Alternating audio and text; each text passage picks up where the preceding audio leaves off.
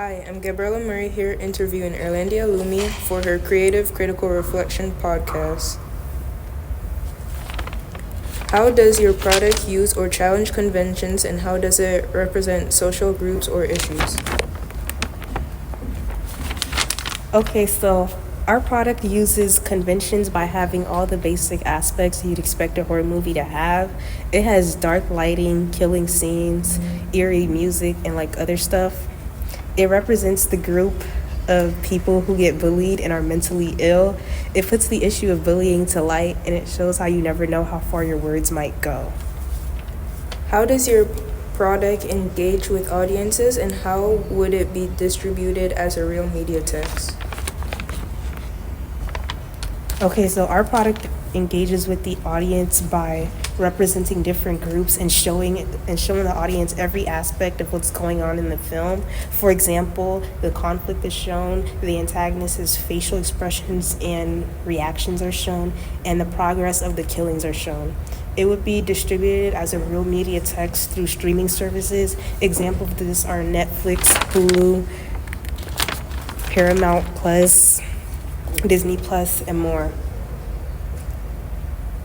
How did your production skills develop throughout this project?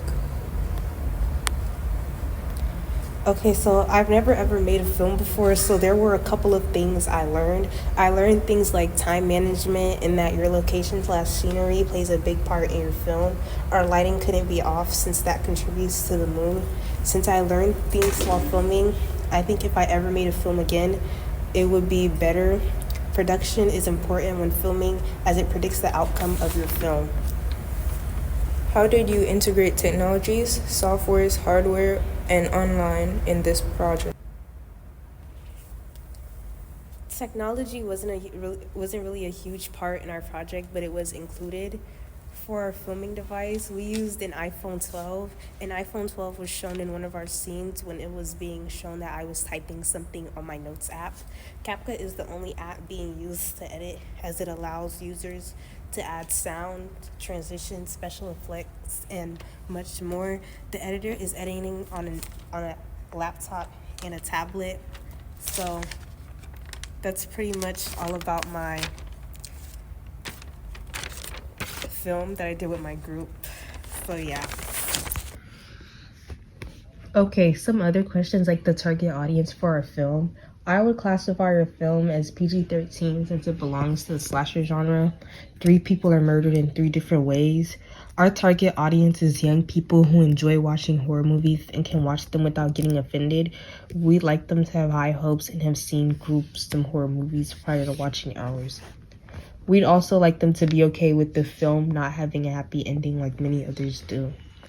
Our movie name is quote-unquote Any Moment, and to fully understand the name, I would rather you watch the film instead of me spoiling it. Our poster had taglines that were superficial and went along with our 2-minute film. The taglines helped build anticipation. We would market our film by putting our poster on flyers and spreading it locally farther if that was possible, and email the flyer to different people. This would help spread awareness about our film and hopefully get more people to watch it and tell people they know about it. We would also probably create little collectibles like stickers for viewers. When planning the film, we all knew we wanted to do a horror film, so there were no disagreements on that part. For some things like assigning roles to each group member, we used an online spin the wheel. The lunch scene had to be filmed separately because after filming, we realized Gabriella's initial killing scene was not long enough and it had to be longer to reach our 2-minute film. That'll be all.